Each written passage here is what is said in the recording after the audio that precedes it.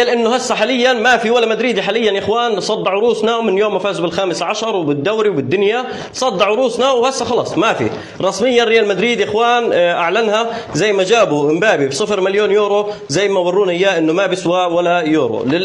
للاسف الشديد امبابي يعني مش متخيل انا وينك امبابي، وين بيلينغهام وين فينيسيوس جونيور وين رودريجو سجل جول يعني ها قول ميسره كانت وضغط عالي والامور هاي، بس برضه غباء من المدافع. لكن بالنهايه يا اخوان انتم بلعتوا جماعه ريال مدريد وسلموني على الصداره، والبس نظاره وما في صداره، البس نظاره ما في صداره، يلا على النوم على النوم. وخلي ايش معلم، خلي مبابي ينفعك وبلينغهام اللي بيفتح ايديه، وبقول لك واحد بيفتح ايديه وواحد بيسكر ايديه، الحمد لله يا رب لا شفنا لا هذا ولا هذا، صفر للاسف.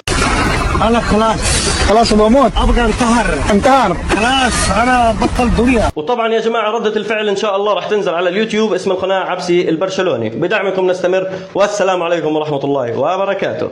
يعني جماعه تخلوا جماهير الضحك يضحكوا علينا، قسما بالله مش طبيعي الوضع يا جماعه. شو هذا مايوركا؟ شو هذا مايوركا؟ ابلع من عمامك المايوركا.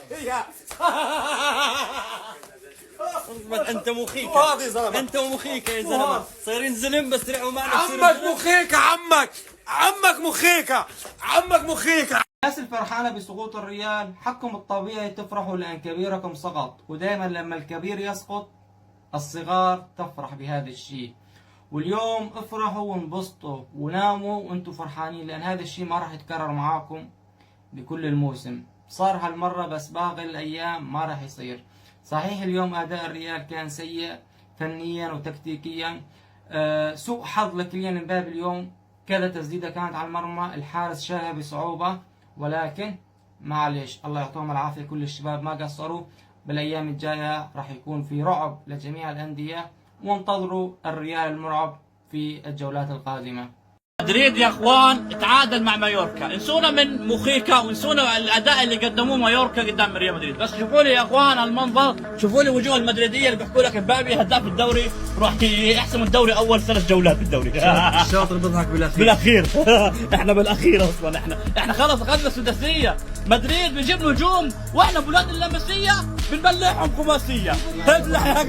حرفيا اليوم تحتار من كمية الأسباب اللي جعلت ريال مدريد يتعثر بأول جولة بالدوري الإسباني. فنحكي عن أهم سبب، صعوبة تعويض توني كروس. البعض لازم يتفهم إنه كروس كان أهم لاعب بمنظومة أنشيلوتي وخلص راح. ما في لاعب مثل توني كروس قدر ينظم الوسط ويعطيه توازن ويتحكم برتم المباراة. حتى لما نزل لوكا مودريتش ما استطاع إنه يعوض أدواره. ولا نتكلم عن الهجوم اللي لحد الآن ما عم بيطبق اللامركزية بشكل ممتاز، مش متناغمين هذا الثلاثي، كلهم بالجهة اليسار والجهة اليمين فاضي. طيب عندك إبراهيم دياز واردا جولير أجنحة يمنى ممتازين، ليش ما تنزلهم؟ ولا نتكلم على مشكلة ريال مدريد من سنين مع أنشيلوتي دفاعيا، واللي هي العرضيات. أي فريق عم يلعب ضد ريال مدريد بيعتمد بالهجوم بنسبة 99% على العرضيات وبينجح وبيسجل. ويا خوفي نشوف هذا المنظر بكل مباراة ضد ريال مدريد بالدوري الإسباني، 10 مدافعين. أيضا من الأمور اللي أدت لتعثر ريال مدريد هو تأخر التبديلات. أنشيلوتي مع كامل احترامي أنت خايف تبدل لاعب لأنه اسمه كبير مثلا؟ أي لاعب ما بيقدم المستوى المطلوب يطلع من مكان. اليوم كثير من لاعبين ريال مدريد فنيا وبدنيا ما عم بيقدم المستوى المطلوب، خاصة بالشوط الثاني. ريال مدريد بيمتلك أقوى دكة بالعالم فاستغلها. يعني مايوركا شايفه عم يلعب ب10 مدافعين، نزل فيران غارسيا يفيدك هجوميا بدل مندي، أحيا الجهة اليمين بنزول فاسكيز، أردا جولير، إبراهيم دياز اللي كان لازم ينزلوا من الدقيقة 60. ريال مدريد قدم شوط أول أكثر من رائع، ولكن بالشوط الثاني كانوا قمة في العشوائية. بشكل عام الريال بحاجة لوقت لحتى يتأقلم من دون أهم لاعب في منظومته توني كروس، ولحتى يتأقلم بثلاثية الهجوم الجديدة. فقمة بالجهل الكروي إنك تحكم من البدايات، خاصة الناس اللي بتحكي لك وين مبابي وين أقوى فريق في العالم، وآخر شيء تعادلتوا أمام مايوركا. للمعلومية مايوركا بملعبهم من أقوى وأعقد الفرق في إسبانيا. طوق في التيك توك تشد شي الرياض. ايش هكا ابراهيم دياز؟ شو تصريح ديال بوت اشرف داري والمستقبل ديالو. خفن زربان بداو مع شادي رياض اللي اليوم ما لعبش مع الفريق ديال كريستال بالاس الانجليزي في الجوله الاولى ديال البريمير ليغ، وخسروا ب2-1 مع برينتفورد. بقاو في الدوري الانجليزي الممتاز حيث البطل مانشستر سيتي فاز ب2-0 خارج الديار على تشيلسي. فيما يخص الفرق الافريقيه فراه اليوم الجيش الملكي خسر ب2-1 امام ريمو ستارز في الدور التمهيدي ديال الشامبيونز ليغ الافريقيه. اللاعب هذا عقلوا عليه، هذا لاعب مغربي سميتو شعيب دريوش، يلاه انتقل بيس في ايندهوفن الهولندي. اليوم اللهم بارك تيسجل الهدف الاول ديالو معاهم، نتمنوا له كل التوفيق. ابدال اشرف دار اليوم خرج في واحد التصريح تيقول فيه على انه تيتمنى ولده ينتقل يا اما الوداد يا اما الاهلي المصري، ولكن العرض ديال الاهلي راه هو الاقوى حد الان. الميرينغ ريال مدريد اليوم لعب المباراه الاولى ديالو في الليغا الاسبانيه خارج الديار امام مايوركا وتعادل معهم بنتيجه 1-1. الا تفرجتي في الماتش قول لي في التعاليق في نظرك شنو هما الاسباب اللي خلاو ريال مدريد يبان بهذا الاداء هذا. علاش في نظرك كارلو انشيلوتي دخل اللاعب ديالنا المغربي ابراهيم دياس غير في الدقيقه 88، يعني ما لعب تقريبا حتى 10 دقائق الا جينا نحسبوا الوقت بدل الضائع. زعما واحد القضيه اللي انا استغربت ليها بزاف. مايوركا يتعثر امام ريال مدريد 1-1 وبرشلونه يتصدر رسميا الليجا. طبعا احنا في اول مباراه، بس انك تصدر في اول الدوري ده شيء مهم جدا يعني. طيب موضوع مبابي لما انا قلت لك هيبوظ المنظومه ليه بقى؟ انت الموسم اللي فات كنت بتلعب ب 4-3-3، كروس مودريتش فالفيردي او كامافينجا، المهم بتدورها، والثلاثي الامامي كان مين؟ بلينجهام رودريجو فينيسيوس، صح كده؟ طيب ايه اللي حصل بقى الموسم ده لما مبابي جالك بقى؟ خدت بلينجهام اللي هو هداف وكان بينافس على هداف الدوري لان هو اساسا هجومي، خدته سحبته نص ملعب عشان الباشا مبابي يلعب قدام فينيسيوس رودريجو، صح كده؟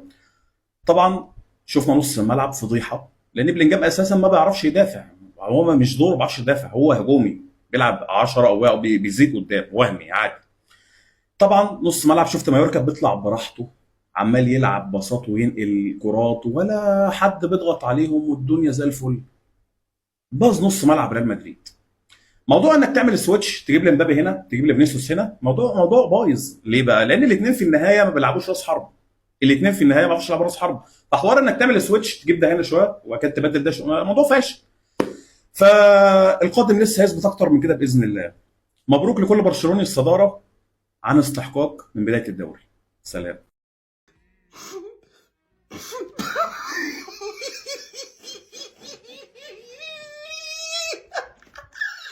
مليون اضحكني قليل، مليون اضحكني ورب الكعبه قليل. نازل لي بتشكيله كانك نازل تلعب نهائي دوري ابطال اوروبا. اما شو امبابي ابدع اليوم، انا شفت هاتريك امبابي. فينيسيوس ما شاء الله كمان سجل هدفين بهاي التشكيله امام مايوركا، بتندق من مايوركا. شكلنا والله راح نضحك هذا الموسم، الله شاهد. شخصين، واحد صانع محتوى مدريدي كبير وصوفي الدليم قلت لهم والله الريال ما يفوز اليوم. موجودة الرسائل، ومو بس هيك، عشان تعرف يا مدريدي التاريخ ما بينشر في المال.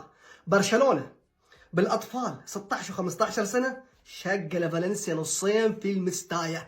بحياتك ما راح يكون عندك تاريخ.